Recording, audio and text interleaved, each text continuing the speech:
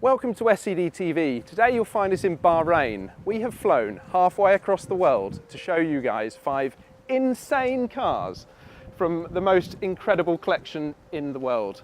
Now, we have been invited by Romans International, the UK's leading supercar dealer, and now we're going to go and meet Michael and have a bit of a chat. Hi Michael. Adam. You right? Good.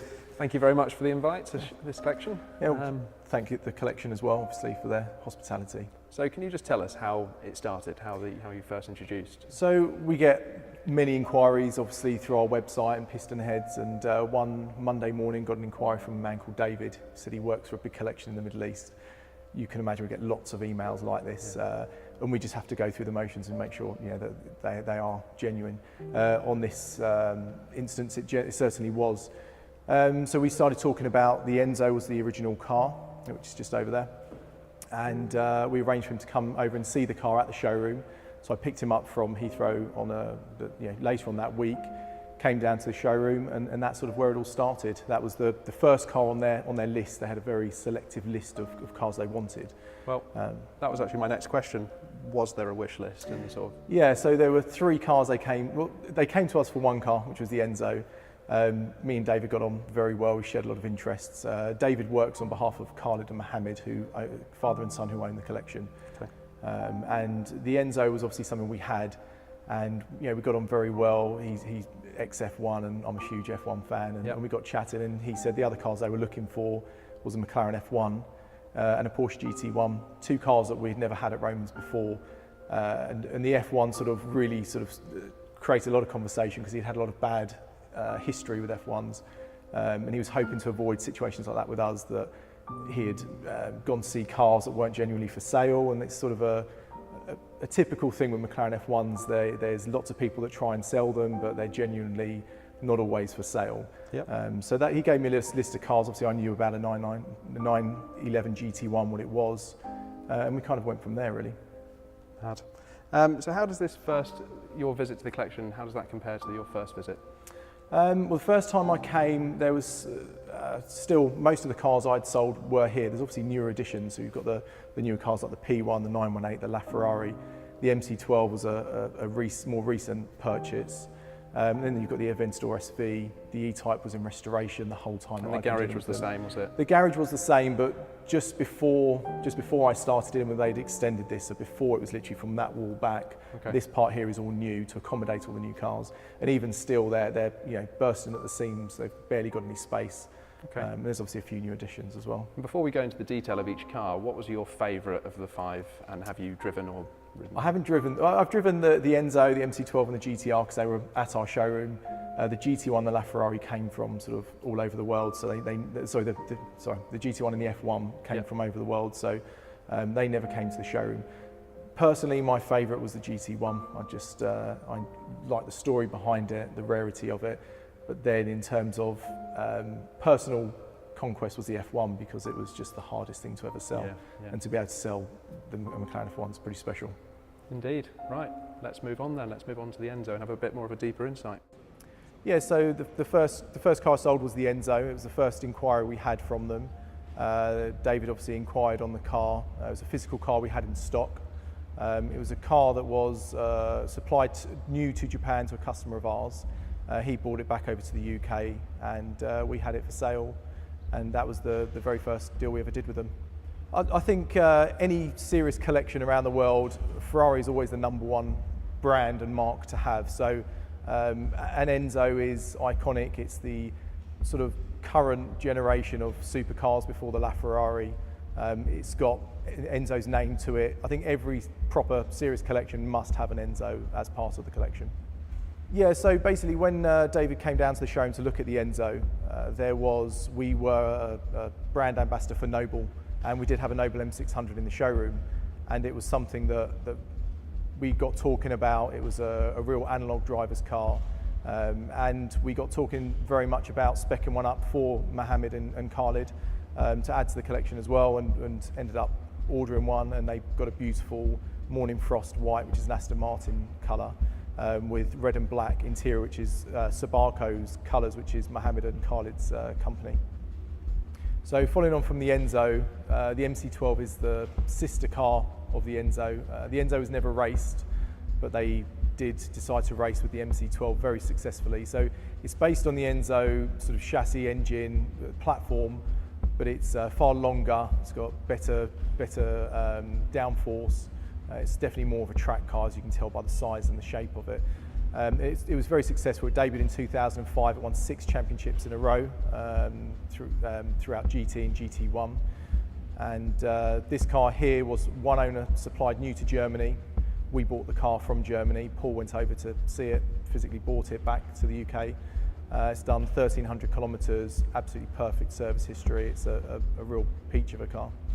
So after the Enzo, well, after I sold the Enzo and some of the other cars, I did actually offer Khalid and Mohammed an MC12 back in 2011.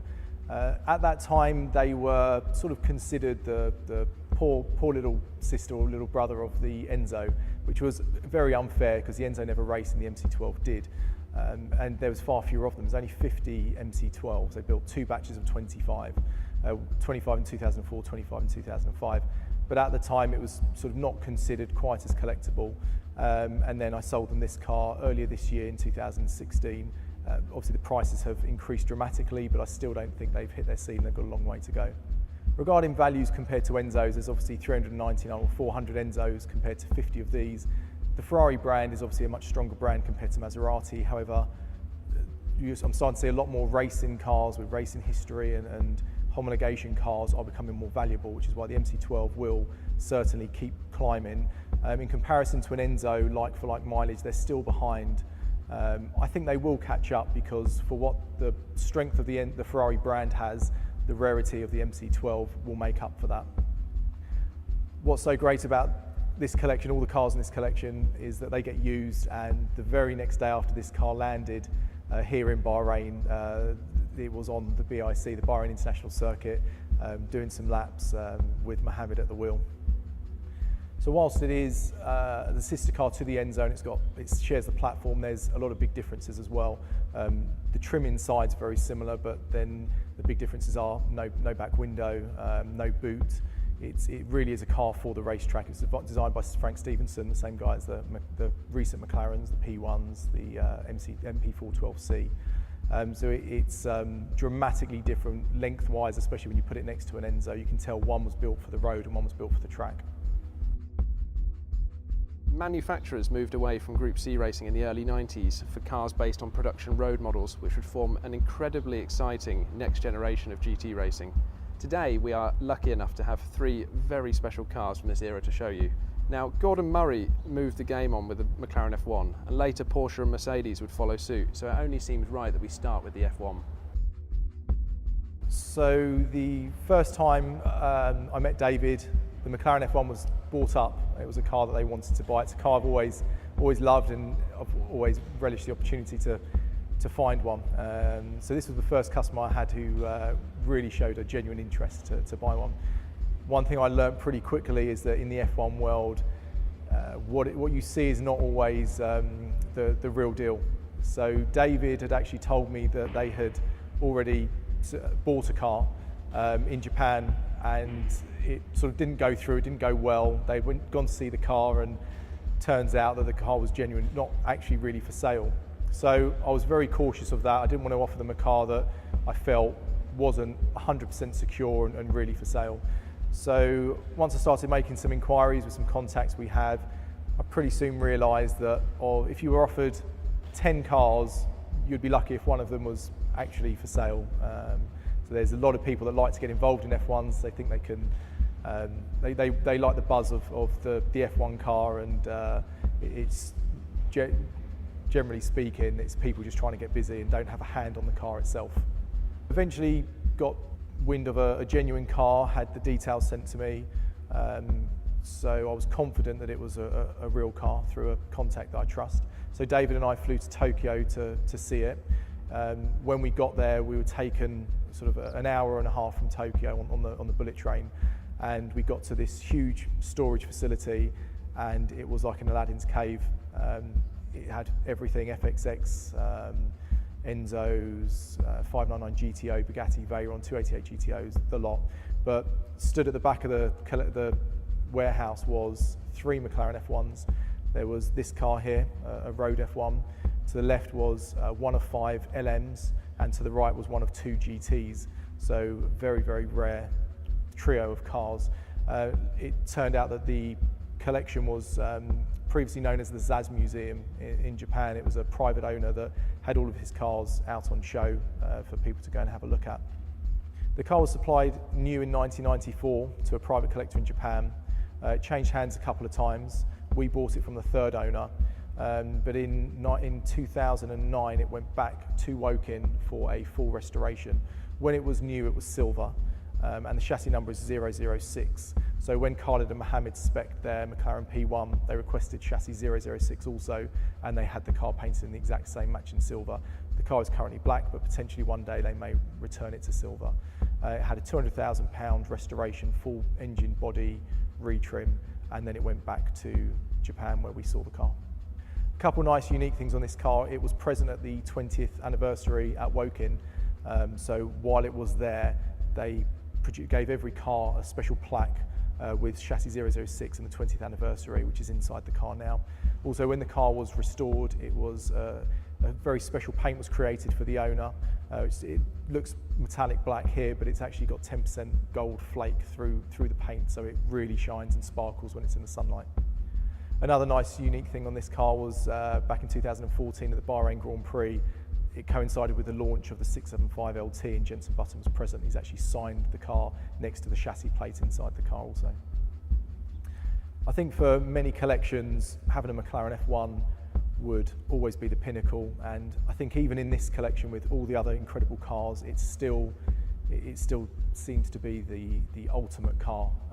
It's seen as if you've got a McLaren F1 in your collection, then it's right up there. It was definitely the most challenging car I've ever sold. Khalid himself actually said to me when we were on a Noble test day at Bruntonthorpe that he didn't believe I'd ever find one because he'd had so many bad experiences, but obviously we got there in the end with this. While the car was at Woking having its restoration, it had 2 upgrades which the later cars had, which was the xenon headlights and also the high volume air conditioning, which is obviously essential out here in the Middle East, which included an extra air vent and large air conditioning system. At the time in 2011, this car set the bar. It was the highest price achieved for a McLaren F1. Obviously since then they've probably more than trebled in price, so it was a very, very good investment. A lot of the cars here do have a lot of racing pedigree. It's something that, as much as Khalid doesn't have race cars as such, he likes cars that have achieved records. So McLaren F1 obviously had the top speed record for some time, and after that the Bugatti Veyron took it. It's not here today, but part of the collection is also a Bugatti Veyron Hermes edition. Following on from the McLaren success at Le Mans and in GT, Mercedes decided in 1997 to build a race car of their own. Probably one of the fastest cars ever developed, 128 days from inception to first competing, and it's without a doubt the wildest Mercedes-Benz ever made. In 1997 it won its debut year, the GT Championship, and it was obviously a very successful race car. As with all GT and race cars, there's a certain number they have to build to homologate the series, and they had to build 25 of these cars. This is one of 25, it's actually number 10, and it's got the number 10 on all the panels, the luggage and everything that comes with the car. Similarly to the MC12, that was a homologation car for the same series, if you put them side by side, they share a lot of similarities. They're quite long cars, very low front, extremely low back end with a race spoiler. The car is called a CLK GTR, but other than the front and rear lights, it doesn't really share any parts at all with the road-going CLK. This car in particular was at our showroom. We acquired it from a dealer that we do a lot of business with in Germany. It wasn't on the original wish list, but having already sold them the Enzo and met David a couple of times, and working on the GT1 and the McLaren F1, I felt that this was a car that really deserved to be in the collection. With only 25 worldwide, it's ultra rare, and I always visioned that it would be perfect to stand alongside the GT1 and eventually an MC12 as well. So I contacted David, and again he came over to see it. Khalid and Mohammed agreed that it was definitely a car that should be part of the collection, and we went ahead and got the deal done. This car in particular is number 10 of 25. It's a one-owner car supplied new to Germany, had 1,100 kilometres when we sourced it. On top of what the cars, they're all £1 million when they were new in Deutschmarks at the time. This owner actually ordered an extra set of seats in a smaller size for racing. It comes with luggage with all the matching numbers, and it comes with a set of Sparco race boots as well with the car, which are all still present and will remain with the car for the rest of its life. The seats are fixed inside. It's a very small aperture opening on the door, so it's probably the raciest car that's in the collection, because the MC12 and the GT1 have regular doors that open fully. This car, they're very, very small doors, and when you're inside, the steering wheel has to come off so you can get in and out. And it's quite a cramped environment inside, built certainly for race drivers. Loving motor racing myself, 90s GT cars are very interesting and exciting, so I was over the moon to have been able to sell one of these cars. It is still the wildest Mercedes ever made, so it's definitely a tick on the bucket list. I also think that with the success that Mercedes are having currently in Formula One and racing, and with their new future development of an F1 road car, I think the values of these cars will skyrocket as well in the future. An incredibly cool feature on this car, which no other car I've ever sold has, it's got a built-in jacking system. So there's 2 jacks at the front, 1 at the back. You flip a switch and the whole car can rise, and it's got some blocks that you put underneath the car so that the car can sit on these blocks the whole time it's up in the air. It doesn't unfortunately have a front axle lift, and as I found when I was loading the car is extremely low. When the truck arrived, the bed dropped down, and even though it was a flatbed, it still struggled to get on, so they had to put about 10 metres worth of planks just to try and level it out because it's such a low car. I was sat in the car for about 45 minutes while all this was happening, and it's a very small car inside, so I was glad to get out of it after that time. Unlike most GTRs around the world, this car has actually been on track at the BIC and been used exactly as it was intended to, and has done many laps and track days along with the rest of the cars in the collection as well. So when I was offered this car originally, it sort of blew me away. My thoughts were just that, at first, is it real? Is it a genuine car? Because it is a bit of a minefield with some of these special cars. And I'd already been at Romans for 9 years, and I'd seen lots of incredible cars. But when I got offered this, it was pretty spectacular, and sort of had to really think about getting everything right and nailed perfectly for it.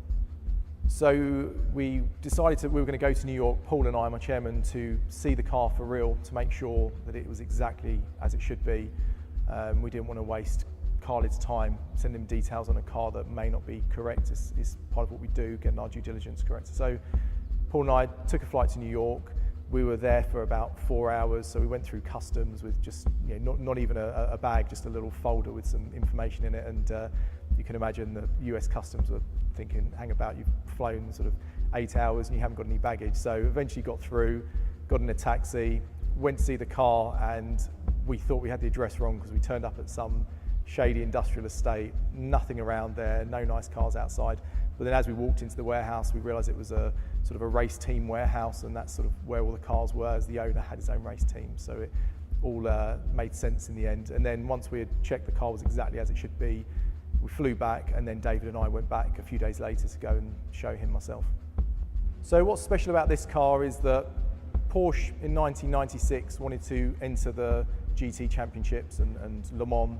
So they built this car from a 993, and what happened is through the process, through the time of building the car, they actually switched their model from a 993 to a 996. So there were 2 pre-prototypes built, chassis 001 and chassis 002.